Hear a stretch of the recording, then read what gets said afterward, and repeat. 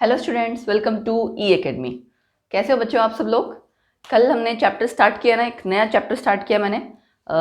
आप लोगों ने कमेंट सेक्शन में बताया नहीं कुछ। मैं एक्सपेक्ट कर रही हूँ कि आप लोग कमेंट सेक्शन में बताएं कि आपको वो कैसा लगा। हमने चैप्टर जस्ट अभी स्टार्ट किया, देखो केमिकल इक्वेशंस एंड रिएक्शंस पे। ठीक है, मैंने बहुत सिंपल सी बेसिक सी चीज़ें अभी बताई थी, फॉर्मूले के रिगार्डिंग, है ना, इन सब चीज़ों के रिगार्डिंग, कैसे हम फॉर्मूला लिखते हैं। फिर हमने किया कई सारी चीज़ें, डे टू डे लाइफ की हमने एग्जाम्पल्स किए, हमने थोड़ा सा बैलेंसिंग के ऊपर भी ध्यान दिया था। सो उसी टॉपिक को हम आगे बढ़ाएंगे। ठीक है, आप कमेंट सेक्शन में ज़रूर बताना कि आपको चैप्टर शुरुआत किया है अभी, कैसा लग रहा है, कैसा नहीं, समझ में आ रहा है, नहीं आ रहा। फाइन, क्योंकि आप लोगों के कमेंट्स बहुत इंपॉर्टेंट है हमारे लिए।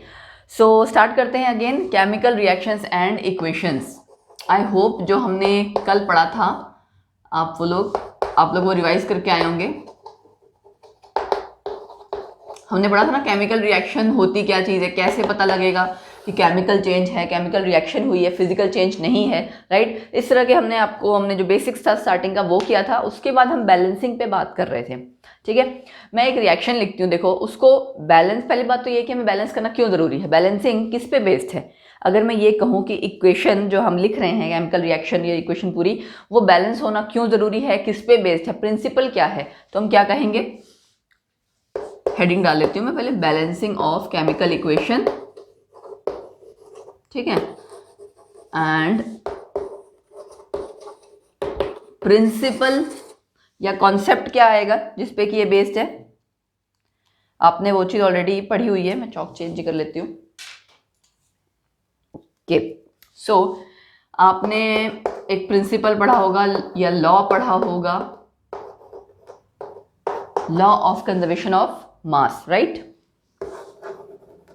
Law of conservation of mass. अगर कभी एक क्वेश्चन आए 1 मार्क्स वाले क्वेश्चन में या एमसीक्यूज में कि किस पे बेस्ड है, प्रिंसिपल क्या है, तो आपको ये बताना है। ठीक है, कंजर्वेशन ऑफ मास कैसे।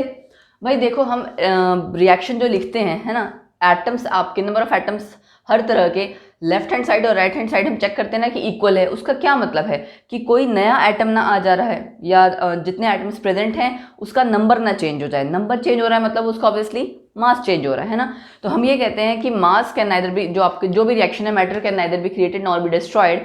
मतलब कि कोई नई चीज़ अपने आप ना तो बन जाएगी और जो आपकी है वो अपने आप ही डिस्ट्रॉय नहीं हो जाएगी। तो कुछ नया आइटम अगर नहीं आएगा तो मास में भी चेंज नहीं आएगा। सो आपका प्रिंसिपल क्या है, law of conservation of mass. और जो तरीका हम फॉलो करते हैं, फिलहाल जितना आपके सिलेबस में है इक्वेशन को बैलेंस करने के लिए, वो आपका देखिए क्या है, हिट एंड ट्रायल मेथड। क्या है, हिट एंड ट्रायल मेथड। जो हम ये चेक करते हैं ना कि नंबर ऑफ एटम्स आयरन के इस साइड और उस साइड, दोनों साइड सेम हो, हाइड्रोजन के सेम हो, ये इस तरह के मेथड को हम कहते हैं हिट एंड ट्रायल मेथड। ठीक है, एक्चुअल में आपके और भी मेथड्स होते हैं, ऑक्सीडेशन नंबर मेथड, ठीक है, इलेक्ट्रॉन कॉन्सेप्ट को लेके हैं कुछ मेथड्स, बट वो आपकी सिलेबस में अभी नहीं है, आपको सिर्फ इतना ही जाना है। ठीक है, ओके, अब मैं एक रिएक्शन लिखती हूँ। ओके, तो हम उसको करेंगे बैलेंस। ठीक है, आप भी थोड़ा सा ट्राई कीजिएगा। रिएक्शन क्या है देखिए, आयरन प्लस वाटर, ये बना रहा है Fe3O4 प्लस H2। ठीक, और वेट अ मिनट, यस, ठीक है, ये है। तो अब अगर हमें इसे बैलेंस करना होगा, हम सबसे पहले चेक करेंगे ना दोनों साइड। चलो, इसमें मैंने कहीं भी अभी किसी की क्या स्टेट्स नहीं लिखी हैं। मैंने आपको कल एक चीज़ बताई थी कि जब हमें पूरी बैलेंस केमिकल इक्वेशन लिखनी होती है तो हम क्या, एरो के ऊपर जो कंडीशंस है वो भी लिखते हैं, स्टेट भी लिखते हैं। ठीक है, और ओवरऑल बैलेंस करते हैं। पहले बैलेंस करेंगे फिर स्टेट पे आएंगे हम। ठीक है, ओके, बैलेंस में देखो उस साइड आपका 3 आयरन थे ना, इसको थोड़ा सा मैं इधर लिख देती हूँ। 3 आयरन थे, तो हम इसको सबसे पहले तो कोशिश करो जब आप बैलेंसिंग करना शुरू करते हो उस एटम से शुरू करो। एक तो हाइड्रोजन ऑक्सीजन के अलावा जितने एटम्स हैं उनसे स्टार्ट करो, और उनमें भी उससे स्टार्ट करो जिसका नंबर ऑफ एटम सबसे ज्यादा दिख रहा हो, दोनों साइड में से किसी भी साइड। ठीक है, जो सबसे ज्यादा number of atoms, maximum number of atoms जिस एलिमेंट के नजर आ रहे हैं, आपको उससे स्टार्ट करना है।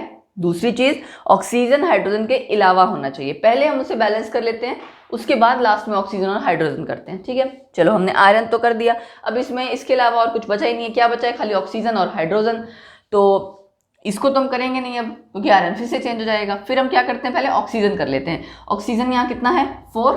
इस साइड आप देख सकते हो, यहाँ कर दो मैं 4, ऑक्सीजन भी 4 हो गए, आयरन भी आपके 3 बैलेंस हो गए, हाइड्रोजन इधर 8 हो गए हैं अब, और इधर कितने हैं, ये हो गए 8। सो हमारी रिएक्शन क्या हो गई, बैलेंस, है ना। अब आप दोबारा जब चेक करोगे, दोनों साइड 3 आयरन एटम्स, दोनों side 8 hydrogen atoms and 4 oxygen atoms, तो रिएक्शन हो गई बैलेंस। अब बात आती है स्टेट की। स्टेट में आप यहाँ नीचे इस तरह से लिखते हो, स्मॉल एस ब्रैकेट, इसका क्या मतलब है, ये सॉलिड है। वाटर के लिए मैंने लिखा, अभी बताती हूँ मैं यहाँ पे जी क्यों लिख रही हूँ, ठीक है। ये भी आपका सॉलिड और ये आपका गैसियस स्टेट। तो एक तो आपने ये थोड़ा नीचे मैंने लिखा है ना, आपको थोड़ा सा ऊपर लिखना है, स्पेस ज़्यादा क्रिएट करना, ब्रैकेट में लिखना है। यहाँ देखिए इससे क्या पता चल रहा है कि आयरन किसके साथ रिएक्ट कर रहा है, वाटर से कर रहा है, लेकिन in the form of steam, है ना, ये स्टीम हुआ ना, राइट। कोई आपका एलिमेंट जो ज़्यादा रिएक्टिव है वो सिंपली पानी के साथ भी रिएक्ट कर जाएगा। जैसे आपको पता है सोडियम है और पोटेशियम है, वो ज़्यादा रिएक्टिव है। आपने रिएक्टिविटी सीरीज थोड़ी बहुत पढ़ रखी होगी ना। हमारे पूरे पीरियोडिक टेबल में कुछ एलिमेंट्स ज़्यादा रिएक्टिव होते हैं, फटाफट से रिएक्ट कर जाते हैं, कुछ ना कुछ नया बना देते हैं। कुछ ऐसे होते हैं जो बिल्कुल रिएक्ट नहीं करते, और कुछ जो मीडियोकर्स होते हैं, मतलब कहने का मतलब है कि बीच बीच के होते हैं, ठीक है। ना जल्दी रिएक्ट करते हैं, ना ऐसा होता है कि बिल्कुल रिएक्ट नहीं करते। तो ये वो केस है, ठीक है। पूरा पीरियोडिक टेबल आपने, अगर आपका काम क्या है, देखो आज आपने क्या करना है, पीरियोडिक टेबल जरूर देखना है एक बारी, ठीक है। पीरियोडिक टेबल क्या होता है, एलिमेंट्स की पूरी एक तरह से सीक्वेंस में एक टेबल की फॉर्म में सारे एलिमेंट्स लगाए हुए हैं। वो अगर हम बिल्कुल आसान सी भाषा में समझना चाहें तो वो है पीरियोडिक टेबल। पीरियोडिक का मतलब पीरियड वाइज कुछ चेंज हो रहा हो, है ना, पीरियोडिक चेंजेस आ रहे हो, कुछ समय बाद वो सेम चेंज आ रहे हो, तो उसी तरह का आपका टेबल है। वो इस तरह का फॉर्मेट है आपका टेबल का, ऐसा, ठीक है। और 2 रोज आपकी नीचे हैं। तो ये पीरियोडिक टेबल आपने सिर्फ बुक में देखना है, ठीक है। इनमें सब में खाने से बने हुए हैं, इस तरह से छोटे छोटे खाने बने हुए हैं। उसके अंदर एलिमेंट लिखा होता है, एलिमेंट का एटॉमिक नंबर होता है, सिंबल होता है। तो वो आपने सिर्फ देखना है, कुछ नहीं करना, देखना है, ठीक है। आपने कुछ एलिमेंट्स तो याद कर ही रखे हैं, आई होप 20 या 20 तक यूजुअली किए होते हैं। अब आपको थोड़े से और याद करने पड़ेंगे, एटॉमिक नंबर 30 तक, उससे थोड़ा और आगे तक। और उसके अलावा कुछ और एलिमेंट्स जिनके सिंबल पता होने चाहिए। जैसे सपोज करो मैं आयोडीन बोल रही हूँ, तो आपको पता होना चाहिए आयोडीन का सिंबल आई है ना। ब्रोमीन बोल रही हूँ तो Br, ये, क्योंकि अगर सपोज कीजिए आपका एक क्वेश्चन अभी हम करेंगे ना, जहाँ पे आपको स्टेटमेंट दी होती है, स्टेटमेंट को आपको कन्वर्ट करना होता है इस तरह से रिएक्शन में। तो स्टेटमेंट में अगर लिखा है बेरियम सल्फेट और आपको बेरियम सल्फेट का फॉर्मूला ही ना लिखना है, सिंबल ही ना पता हो, इस वजह से मैंने कहा कि आपको ये सिंबल्स पता होने चाहिए, ठीक है। जैसे जैसे आप पढ़ते जाओगे आपको याद आता जाएगा, मतलब प्रैक्टिस होती जाएगी एक तरह से। और अगर आप ये सोचो कि एक साथ बैठ के रट्टा मार लें तो पॉसिबल नहीं है, ठीक। तो बैक टू द पॉइंट। अब यहाँ से हमें देखो क्या पता लग रहा है कि आयरन रिएक्ट कर रहा है पानी के साथ, लेकिन लिक्विड फॉर्म में नहीं, किसमें, गैशियस फॉर्म में उसकी स्टीम के साथ रिएक्ट कर रहा है। मतलब ये थोड़ा लेस रिएक्टिव है। जो ज़्यादा रिएक्टिव चीज़ होगी वो डायरेक्टली पानी से रिएक्ट कर जाएगा, ठीक है। या फिर हम यहाँ पे कई बार एल भी आता है लेकिन हॉट वाटर लिखा होता है, वैसे तो हॉट वर्ड नहीं आता। जब आप एक्सप्लेन करो तो हम लिख सकते हैं कि हॉट वाटर के साथ रिएक्ट कर रहा है। तो हमें पता क्या चला, आयरन सॉलिड फॉर्म में था, आयरन का टुकड़ा, गैशियस फॉर्म में आपका वाटर यानी कि स्टीम के साथ रिएक्ट कर रहा है। सॉलिड आपका बन रहा है क्या, Fe3O4, ठीक है। Fe3O4 आपका क्या है, ऑक्साइड है आयरन का, फेरिक ऑक्साइड, ठीक। और ये आपकी हाइड्रोजन गैस इवॉल्व हो रही है, ठीक है। तो ये आपकी पूरी बैलेंस केमिकल इक्वेशन हुई, ये पूरी, जिसमें कि हम सारी स्टेट्स हमें पता है, बैलेंस्ड है। अच्छा, बैलेंसिंग में एक और तरीका बुक में भी आपके दिया होगा, जो भी आपका, जैसे पहले खाली वाटर लिखा हुआ था ना, इसको बॉक्सेस में कर लेते हैं। आयरन था तो आयरन को बॉक्स में कर लिया। वो क्यों कर लिया कि आपको जो एलिमेंट, मतलब कि जो नंबर वगैरह चेंज करना है वो यहाँ आगे लिखना है, इस डिब्बे के अंदर नहीं लिखना। मतलब इसका फॉर्मूला वगैरह कुछ चेंज नहीं करना है। बहुत बार बच्चे क्या गलती करते हैं, जैसे 4H2O करना है ना, तो यहाँ 4 लिख देते हैं 2 की जगह। नो, H2O आपका पूरा वाटर मॉलिक्यूल है। आपने अगर उसके H के नंबर ऑफ एटम्स बढ़ाने हैं तो आप फ्रंट में मल्टीप्लाई करोगे, ठीक है। अब ध्यान से सुनना, जो आपकी बैलेंस केमिकल इक्वेशन है, इसमें जो ये आगे नंबर लिखा होता है, ये इसे हम बोलते हैं स्टोइकियोमेट्रिक कोएफिशिएंट। क्या बोलते हैं, स्टोइकियोमेट्रिक कोएफिशिएंट। ये जो आपकी इक्वेशन पूरी बैलेंस्ड होती है ना, इसमें हमें पता है कितना अमाउंट आयरन, मतलब कि मैंने कल आपको बताया था ना कि कितने आयरन को कितने स्टीम की ज़रूरत है, रिएक्ट करने के लिए, ताकि आपका ये कंपाउंड बन जाए और हाइड्रोजन इवॉल्व हो जाए। तो हमें बैलेंस अगर नहीं, इक्वेशन आपकी नहीं होगी, नहीं पता लगेगा, राइट। तो इसे हम कहते हैं स्टोइकियोमेट्री, मेजरमेंट करना रिएक्शन में क्या चीज़, जो भी आपके एलिमेंट्स हैं, कंपाउंड्स हैं, उनके मास को लेके, हो सकता है उनकी वॉल्यूम को लेके, ठीक है, इस तरह से कोई ना कोई रिलेशन, ठीक है, कि इसके अब ये आपके इसके 3 मोल्स, अभी आप सपोज करो मोल कॉन्सेप्ट आपने ज़्यादा पढ़ा नहीं, आगे आएगा तो मैं आपको बताऊंगी। बैलेंस केमिकल इक्वेशन में इसके 3 मोल्स रिएक्ट करेंगे जब 4 मोल वाटर के साथ, तब जाके आपका कंपाउंड बनेगा। अगर इससे कम होगा तो इसका कंपाउंड, ये कंपाउंड नहीं बनेगा, ये इसका मतलब हुआ। तो ये जो आगे नंबर लिखे हुए हैं इनको हम क्या कहते हैं, स्टोइकियोमेट्री कोएफिशिएंट। ये हमें बता रहे हैं कि कितना अमाउंट आपको उस पर्टिकुलर कंपाउंड का या मॉलिक्यूल का चाहिए, सो दैट कि आपकी रिएक्शन पूरी तरह से हो जाए, ठीक है, क्लियर है। तो आपकी बैलेंसिंग हो गई केमिकल इक्वेशन की, आपको ये पता लग गया फिजिकल चेंज कौन सा होता है, केमिकल चेंज कौन सा होता है, कैसे हमें पता लग रहा है ना, कि रिएक्शन हो रही है नहीं हो रही है। अब हम क्या करेंगे, देखो 2 चीज़ें करना है, एक तो बैलेंसिंग सीखनी है, दूसरा ये कि आपको अगर स्टेटमेंट दी हो आप उससे रिएक्शन लिख सको, है ना। तो दोनों साथ के साथ हो जाएगी। मैं कुछ क्वेश्चन डिस्कस करती हूँ जहाँ पे मैं स्टेटमेंट लिखूंगी, आपको उसकी रिएक्शन लिखनी है, पहले रिएक्शन लिखोगे फिर क्या करोगे, उसको बैलेंस, ठीक, क्लियर। चलो तो स्टार्ट करते हैं। ओके, सो देखिए मैंने यहाँ पे आपको 4 स्टेटमेंट्स जैसे आप कह लो या सेंटेंसेस जैसे कह लो मैंने आपको दिए हुए हैं। इसमें आपको क्वेश्चन एग्जाम में क्या आएगा, आपको इस सेंटेंस जैसा दिया होगा, आपको कहा होगा right the balanced chemical equation, ठीक है। या आप ये कहोगे कि इसको आपको फॉर्मूले के फॉर्म में लिखना है, केमिकल फॉर्मूला का यूज़ करते हुए आपको पूरी केमिकल इक्वेशन लिखनी है, और वो कैसी होनी चाहिए, बैलेंस। तो दोनों चीज़ साथ के साथ होगी ना। बैलेंसिंग हम नो डाउट अलग से भी करेंगे, बट पहले ये कुछ क्वेश्चंस कर लेते हैं। देखिए पहला क्या है, hydrogen gas combines with nitrogen to form ammonia, ठीक है। हाइड्रोजन गैस तो आप क्या लिखोगे, H2, कंबाइंस विद मतलब प्लस का साइन आया, किसके साथ, नाइट्रोजन। नाइट्रोजन यहाँ पे अब देखिए ऑब्वियस सी बात है, आपको N नहीं लिखना है, N2 लिखना है। क्यों, क्योंकि अकेला एटम नहीं रिएक्ट करता, मॉलिक्यूल रिएक्ट करता है या कंपाउंड रिएक्ट करता है, ठीक है। इसलिए यहाँ पे भी आपको हाइड्रोजन खाली H नहीं लिखना, H2। ये अंडरस्टूड है कि आप मॉलिक्यूल की बात कर रहे हो, एटम की नहीं। अकेला एटम मैंने आपको कहा था ना एग्जिस्ट नहीं करता है, मॉलिक्यूल एग्जिस्ट करता है। तो hydrogen gas H2, nitrogen gas N2। अब ये जो आपके फॉर्मूलेज हैं ये आपको धीरे धीरे पता होने चाहिए, ठीक है। उसके बाद कंबाइंस विद मतलब प्लस का साइन लगा दिया, with nitrogen to form ammonia, arrow लगाओगे, एमोनिया का फॉर्मूला NH3, ठीक है। अब क्या हमें चेक करना है कि ये बैलेंस है या नहीं है। 2 H थे, 2 नाइट्रोजन, और यहाँ पे क्या है, H कुछ और है, N कुछ और है। नाइट्रोजन मैंने क्या कहा था, हाइड्रोजन ऑक्सीजन को बाद में करना है, पहले दूसरे एलिमेंट्स।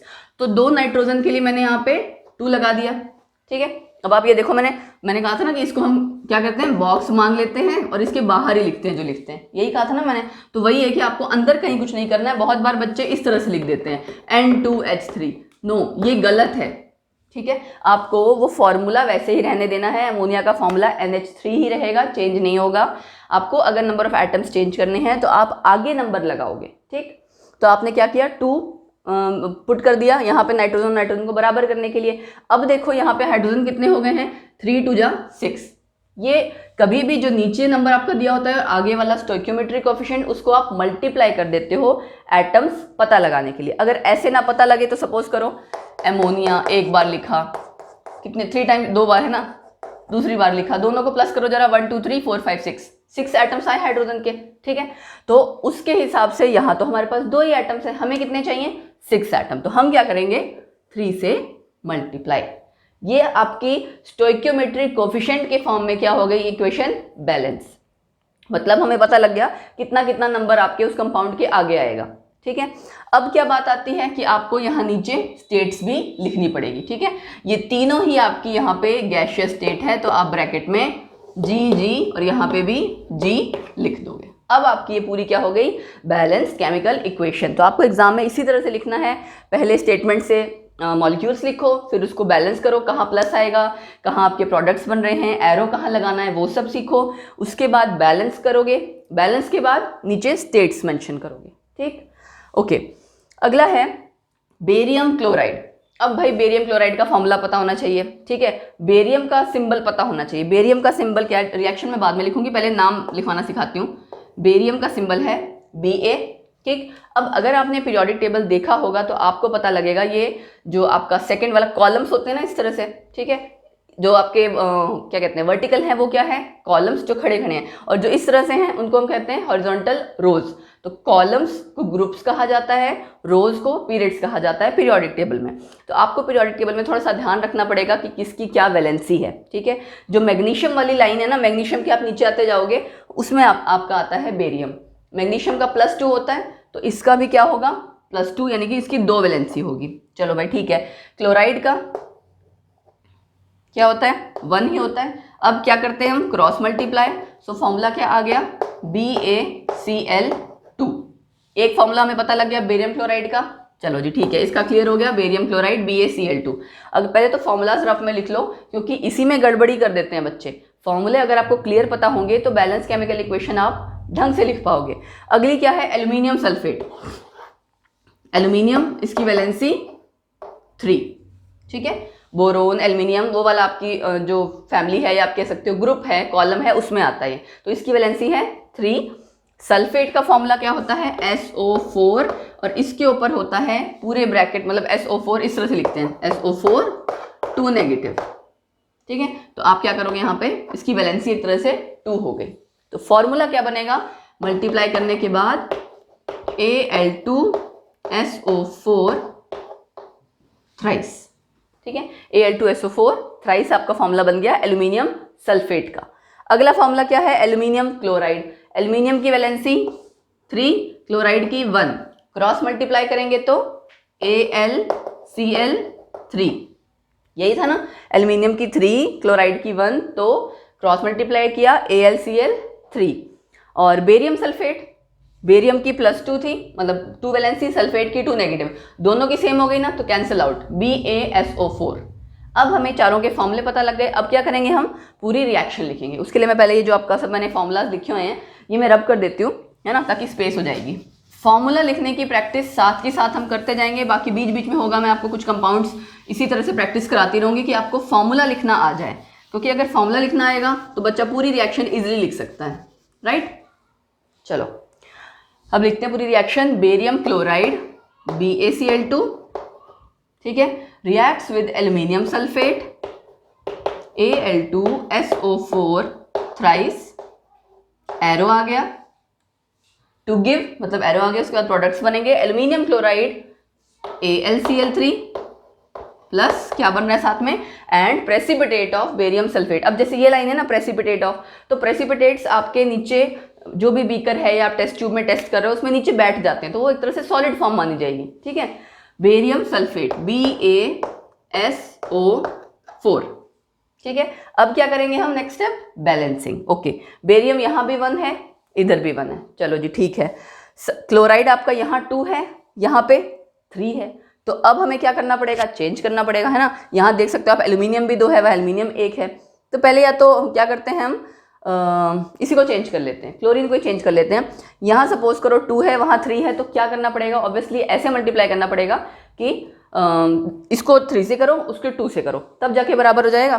चलो ऐसे कर देते हैं, यहाँ मैंने 3 से मल्टीप्लाई कर दिया, यहाँ मैंने 2 से मल्टीप्लाई कर दिया। अब क्लोरीन बराबर हो गया, इसको 2 ढंग से लिख देती हूँ मैं, ये लो 2 आपका, तो 3 2 जा 6 क्लोरीन, 3 2 जा 2 3 जा 6 क्लोरीन, क्लोरीन बराबर हो गए। लेकिन बेरियम चेंज हो गया, तो आपको एग्जाम में ये भी ध्यान रखना है कि जब आप इस तरह से चेंज कर रहे हो, कोई दूसरा एटम अगर डिस्टर्ब हो जा रहा है तो वो भी आपको दोबारा से करना पड़ेगा। जैसे यहाँ 3 बेरियम हो गया, तो आपको यहाँ 3 नंबर लिखना पड़ेगा, है ना, तभी बैलेंस होगा, ठीक। चलो अब बेरियम बैलेंस हो गया, क्लोरीन बैलेंस हो गया। अब क्या करते हैं हम, देखो एल्यूमिनियम बैलेंस करते हैं। एल्यूमिनियम इस साइड कितना है, 2, यहाँ पे भी 2 है, ये अपने आप बैलेंस हो गया बाकी बैलेंसिंग करने से, राइट।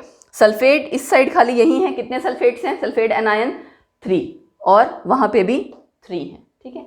तो ये अब सल्फेट जैसे आपका बहुत बार बच्चे होता है, S अलग करते हैं, सल्फर अलग करते हैं, ऑक्सीजन अलग करते हैं।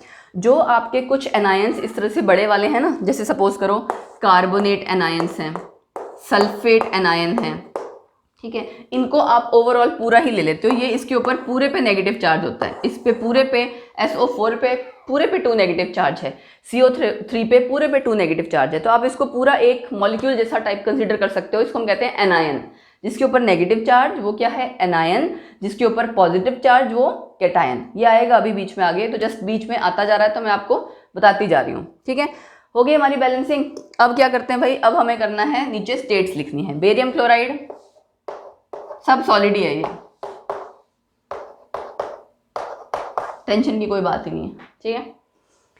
ओके तो वैसे ये स्टेट्स अगर कई बार ऐसा हो सकता है एग्जाम में नहीं पता लग रहा हो तो कोई बात नहीं, बट स्टिल प्रैक्टिस के साथ आपको पता लगता जाएगा कि कौन सॉलिड है, कौन लिक्विड की फॉर्म में है, कौन गैशियस फॉर्म में है, ठीक है। चलो, जिंक प्लस सिल्वर नाइट्रेट, इसमें तो कुछ और लाइन है ही नहीं, ये रखा ना, जिंक का फॉर्मूला लिखा, सिल्वर नाइट्रेट, सिल्वर का सिंबल पता होना चाहिए AgNO3। अब नाइट्रेट आपका क्या हो गया फिर से, एनायन, NO3 नेगेटिव, 1 नेगेटिव है। Ag की यानी कि सिल्वर की वैलेंसी 1, नाइट्रेट की भी वैलेंसी 1। अब देखो जैसे जैसे आप ये रिएक्शंस लिखते जा रहे हो आपको नए नए एनायंस एलिमेंट्स पता लग रहे हैं ना, उनकी वैलेंसी पता लग रही है, इसीलिए मैंने कहा कि क्वेश्चंस की प्रैक्टिस ज़्यादा से ज़्यादा करना, ठीक है। सिल्वर नाइट्रेट हो गया, एरो क्या बन रहा है, जिंक नाइट्रेट। चलो जी ठीक है, ठीक है, ZN मैंने NO3 लिख दिया खाली अभी, प्लस सिल्वर, ठीक है। लेकिन यहाँ पे ये फॉर्मूला गड़बड़ है, क्यों? क्योंकि Ag की तो आपकी 1 वैलेंसी होती है, जिंक की 2 वैलेंसी होती है, तो यानी यहाँ आपका क्रॉस मल्टीप्लाई जब करोगे ना, नाइट्रेट का 1 जिंक का 2 क्रॉस मल्टीप्लाई किया, जिंक वाला किसके पास जाएगा, नंबर नीचे नाइट्रेट पे, ठीक है। जिंक नाइट्रेट 1 2 1 क्रॉस मल्टीप्लाई किया, नाइट्रेट के नीचे 2 आ गया, जिंक के नीचे 1 तो मेंशन नहीं करते इसलिए ये आ गया। अब चेक करते हैं क्या, बैलेंसिंग, एक जिंक है, इधर भी एक जिंक है, इधर एक Hg है, एक नाइट्रेट है, इधर नाइट्रेट 2 हो गया तो हमें इसको ट्वाइस करना पड़ेगा, और यहाँ पे भी हम ट्वाइस कर देते हैं 2Ag। अब हो गई बैलेंस, क्लियर। ऐसे ही अगला है आपका hydrogen sulphide gas burns in air to give water and sulphur dioxide. देखो हाइड्रोजन सल्फाइड गैस है तो ये तो अच्छा, इसकी तो हमने स्टेट्स नहीं लिखी, जिंक आपका सॉलिड है, ये सब सॉलिड ही है ये, ठीक है। डबल डिस्प्लेसमेंट रिएक्शन जितनी होती है ना उनमें ऑलमोस्ट सब जगह सॉलिड ही होता है। मैं एक ये ऊपर वाला रब कर देती हूँ, ठीक है, सो दैट हम जो लास्ट वाली रिएक्शन है ना इसको ऊपर लिख लेंगे, ज़्यादा नीचे नहीं लिखना पड़ेगा।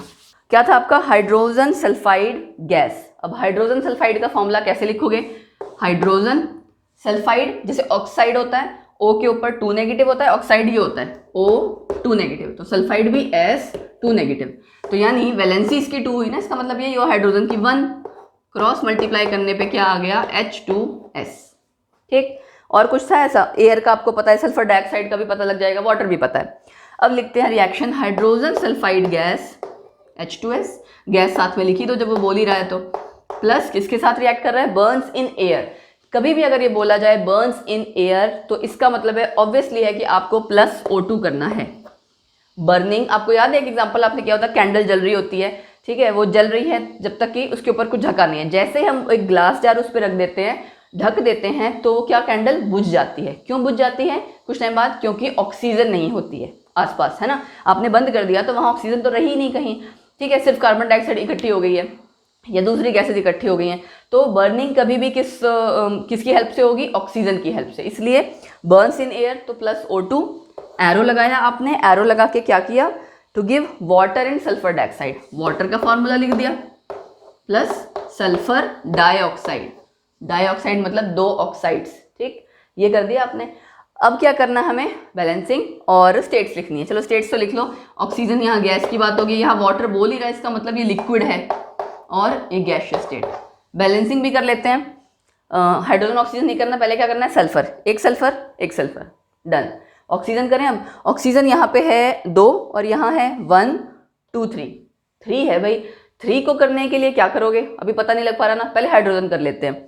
हाइड्रोजन यहाँ 2 है, यहाँ 2 है, हाइड्रोजन बैलेंस है लेकिन ऑक्सीजन बैलेंस नहीं है, तो आप क्या करोगे, इसको आपको 2 को जैसे कंप्लीट करना है, सपोज यहाँ 2 है और यहाँ पे टोटल 3 है, तो 3 और 2 वाली चीज़ को हम क्या करते हैं, कभी भी इक्वल करने के लिए क्रॉस मल्टीप्लाई 2 और 3 के साथ कर देते हैं ना। ये तो सपोज करो आपको चेंज कर, अगर सपोज करो आप इसको चेंज करते हो, ठीक है, मैं यहाँ पे क्या करती हूँ 2 कर रही हूँ, तो इवन नंबर आया, नहीं आया, क्योंकि आपको पता लग रहा है यहाँ से इवन नंबर ही आएगा।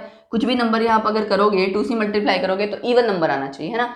तो आप इसको मल्टीप्लाई किया आपने, 2 2 4 आया, +1, हमेशा एक गड़बड़ रह जाएगा, तो यहाँ नहीं चेंज करोगे, कहाँ चेंज करोगे, यहाँ करके देखें क्या आ गया, 2 ऑक्सीजन और 2 ऑक्सीजन इधर, 4 ऑक्सीजन, यहाँ 2 ही था, इसको हमने ये कर दिया 4 ऑक्सीजन। अब दोबारा चेक करते हैं कि कुछ सेम रहा या डिफरेंट रहा।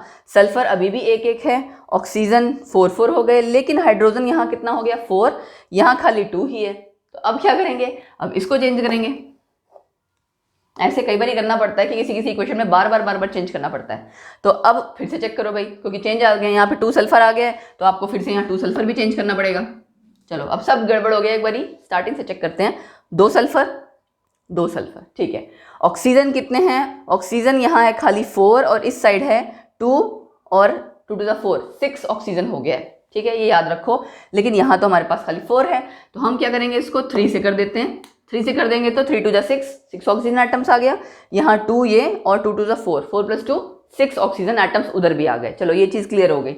हाइड्रोजन अब 2 to the 4 हाइड्रोजन एटम्स, यहाँ पे भी 2 to the 4, अब जाके पूरा बैलेंस हुआ। आपने देखा कितना टाइम लगा ना, थोड़ा हम पहले हमने चेंज कर दिया, दोबारा फिर चेंज करना पड़ा। कई बार ऐसा होता है इक्वेशन बार बार चेंज करनी पड़ती है, तो आप उसको रफ में पहले कर लो फिर फाइनल लिखो, और लास्ट में एक बार दोबारा चेक कर लेते हैं कि क्योंकि जल्दबाजी में कई बार गलती हो जाती है। 2 सल्फर इस साइड है, यहाँ भी 2 सल्फर है, ऑक्सीजन यहाँ पे 2 और 2 to the 4, 6 हैं, यहाँ भी 6 हैं ऑक्सीजन, यहाँ 4 हाइड्रोजन है, यहाँ भी 4 हाइड्रोजन है। सो अब ये आपकी पूरी बैलेंस हो गई, ठीक। तो आपने क्या सीखा, स्टेटमेंट दी हुई हो, स्टेटमेंट से आपको रिएक्शन लिखनी है और उसको बैलेंस करना है, नीचे स्टेट्स लिखनी है, ठीक है। अब मैं कुछ और रिएक्शन लेती हूँ जिसको आपको बैलेंस करनी है, और कुछ आपको घर से काम करने के लिए दूंगी, आपको खुद से ट्राई करना होगा, जिसको कि हम नेक्स्ट लेक्चर में प्रैक्टिस करेंगे। ओके, तो आप यहाँ देख सकते हो मैंने 3 इक्वेशंस लिए हैं। अब मैंने कोई सेंटेंस नहीं लिया, मैंने आपको डायरेक्टली इक्वेशन लिख के दिया। आपको क्या करना है, बैलेंस करना है, बट आपको साथ ही साथ यहाँ से क्या सीखना है, फॉर्मूले क्या हैं, ठीक है। इसको क्या बोलते हैं, नाइट्रिक एसिड, ठीक है। ये ना आप एक तरह से लिस्ट बनाते जाओ अपनी अलग सी, जब भी आप पढ़ोगे जो भी नाम आता जा रहा है कॉपी के लास्ट में अलग से एक लिस्ट बनाते जाओ, किसका क्या फॉर्मूला है। धीरे धीरे प्रैक्टिस होती जाएगी, बेरियम सल्फेट का फॉर्मूला, एल्यूमिनियम सल्फेट का, ठीक है। इस तरह से थोड़ी प्रैक्टिस भी हो जाएगी और लिखने का तरीका भी आ जाएगा, क्रॉस चेक भी करोगे तो आगे के लिए मतलब आपके लिए एक तरह से हेल्प हो जाएगी। नाइट्रिक एसिड, कैल्शियम हाइड्रोक्साइड, नाम लिख दे रही हूँ मैं यहाँ पे, कैल्शियम हाइड्रोक्साइड। जैसे NaOH क्या बोलते हो आप, सोडियम हाइड्रोक्साइड ना, OH को हम बोलते हैं हाइड्रोक्साइड। ये क्या है, कैल्शियम नाइट्रेट, अभी आपने किया था ना, नाइट्रेट NITRATE, नाइट्रेट, ठीक है, सॉल्ट्स हैं ये। अगले लेक्चर में आपको ना मैं सॉल्ट्स की एक बार लिस्ट ही करवा दूंगी, एक बार सारे सॉल्ट्स की, सो दैट आपको वो अच्छे से कवर अप हो जाएगा, है ना, वो ठीक रहेगा मेरे ख्याल से आप लोगों के लिए। वाटर का आपको फॉर्मूला पता ही है, एल्यूमिनियम पता है, ये इसको बोलते हैं कॉपर क्लोराइड, ठीक, एल्यूमिनियम क्लोराइड, ठीक है। कभी भी इसको ऐसे नहीं बोलेंगे एल्यूमिनियम ट्राइक्लोराइड, नहीं, एल्यूमिनियम क्लोराइड जस्ट, ठीक है, ट्राइक्लोराइड नहीं बोलना। बहुत जगह नेम आपके और अलग तरह के आपने कंपाउंड सुने होंगे जहाँ पे ट्राई डाई वर्ड यूज हुआ होगा ऑर्गेनिक केमिस्ट्री में, बट यहाँ नहीं होगा, यहाँ पे सिर्फ एल्यूमिनियम क्लोराइड, ठीक। कॉपर का कॉपर है, ये सोडियम हाइड्रोक्साइड, सल्फ्यूरिक एसिड है ना, H2SO4 आपने काफी पढ़ रखा है, sulphuric acid, sodium sulphate, salt हो गए, क्या है ये, सोडियम सल्फेट, और आगे क्या है, वाटर। नाम पता लग गए। अब करते हैं बैलेंस। ये दोनों आपको घर से ट्राई करनी है, एक मैं आपको करके दिखा रही हूँ, ठीक। नाइट्रिक एसिड में देखो सबसे पहले हम क्या करते हैं, कैल्शियम कर लेते हैं। कैल्शियम इधर भी एक है, इधर भी एक है, फाइन। नाइट्रेट एनायन है बड़ा, उसको कर लें। नाइट्रेट आपका NO3 2 है ना, यहाँ पे भी आप 2 कर दो, नाइट्रेट्स भी बराबर हो गए, ठीक है। अब करना है ऑक्सीजन और हाइड्रोजन। अब जब ऑक्सीजन करोगे ना तो ये वाले मत गिनना, क्योंकि आपने नाइट्रेट ओवरऑल पूरा लिया है, ये वाले ऑक्सीजन गिनने की जरूरत नहीं है। इसके अलावा आपके जहां भी ऑक्सीजन होंगे आप वो गिनेंगे खाली। कैल्शियम हो गया, नाइट्रेट हो गया, उधर आपके 1 ऑक्सीजन है, 2 हाइड्रोजन, यहाँ पे क्या है देखो, 2 हाइड्रोजन यहाँ, 2 यहाँ, 4 हाइड्रोजन है, 2 ऑक्सीजन है। तो क्या कर सकते हैं हम यहाँ पे, अगर मैं इसको 2H2O कर दूं तो क्या बैलेंस हो जाएगा। कैल्शियम तो देखो चलो ठीक है पहले बैलेंस था, नाइट्रेट भी हमारा यहाँ से बैलेंस हो गया। ऑक्सीजन 3 टू जा, सॉरी नाइट्रेट वाला आप फिर से नहीं करोगे, है ना, मैं आपको बता रही थी, मेरे से खुद ही गलती हो गई, ध्यान नहीं दिया। नाइट्रेट वाला आप ऑक्सीजन नहीं करोगे, हमें इसको नहीं करना, ना इसको देखना है, हमें इसको और उसको चेक करना है खाली। तो ऑक्सीजन 2 है यहाँ से, ठीक, वहाँ भी 2 है, यस। हाइड्रोजन वहाँ कितने हैं, 4, यहाँ पे आपके 2 इधर 2 इधर, ठीक है। कभी भी आपके इस तरह से एनायन आए, कार्बोनेट, फॉस्फेट, नाइट्रेट, तो आपने ओवरऑल देखना है वो, ठीक है। ऑक्सीजन उसका ऑक्सीजन अलग से मतलब जो जब आप चेक करोगे तो ओवरऑल एनायन चेक करोगे, ऑक्सीजन जब उसके बाद कैलकुलेट करना होगा, इसको करने के बाद दोबारा इसमें से ऑक्सीजन नहीं देखोगे, ऑक्सीजन इनके अलावा जहां जहां होगा वहां चेक करोगे, दोनों साइड, इस साइड भी और इस साइड भी, ठीक। अब बैलेंस हो गई आपकी 2, यहाँ पे कुछ नहीं आया, यहाँ भी कुछ नहीं, वहां पे 2, ठीक है। तो बड़ी आसानी से हमने बैलेंस कर ली। इसी तरह से आपने ये दोनों भी बैलेंस करनी है, ट्राई करना है, और जितनी ज़्यादा हो सकते हैं क्वेश्चंस की प्रैक्टिस करो, सेंटेंस को मतलब इस तरह से केमिकल आपके जो फॉर्मूलाज हैं उसमें लिख के आप पूरा सेंटेंस लिख पाओ, है ना, रिएक्शन लिख पाओ, उसको बैलेंस कर पाओ, ये सारी चीज़ें आपको आनी चाहिए, ठीक है। सो जितना भी मैंने आपको अब तक पढ़ाया है उसको अच्छे से रिवाइज करो। अगले लेक्चर में मैं आपको सॉल्ट्स के नाम कराऊंगी, जैसे सल्फेट, नाइट्रेट, नाइट्राइट, है ना, किसका क्या नाम है, कितना उसके ऊपर चार्ज है, एक तो वो कराऊंगी, और इसके आगे थोड़ा सा हम नेक्स्ट करेंगे टाइप्स, क्योंकि अभी तो बहुत कुछ है पढ़ने को, बट बेसिक्स आपके क्लियर होने चाहिए, इसीलिए मैं थोड़ा हल्का हल्का धीरे धीरे चल रही हूँ, सो दैट आपकी प्रैक्टिस होती रहे। कॉमेंट सेक्शन में नीचे ज़रूर बताओ कि आपको कैसा लग रहा है, लेक्चर समझ में आ रहा है, नहीं आ रहा, जो भी आप कहना चाहते हैं प्लीज़ शेयर इट। चैनल को सब्सक्राइब कीजिए अगर आप नए हैं। ई एकेडमी स्कूल चैनल को भी सब्सक्राइब कीजिए। ई एकेडमी एजुकेशन को तो करना ही है, ई एकेडमी स्कूल को भी करना है, और ई एकेडमी की ऐप डाउनलोड करके रखिए, ठीक है, ताकि आपकी कोई भी नोटिफिकेशंस मिस ना हो। बेल आइकन प्रेस करके रखो। ये सारी चीज़ें आई नो आपको ऑलरेडी पता है, बट स्टिल फिर भी कई बार जो लोग नए हैं, जिनको नहीं ध्यान रहता है, मिस हो जाता है, उनके लिए specially. So bye bye, take care, have a nice day.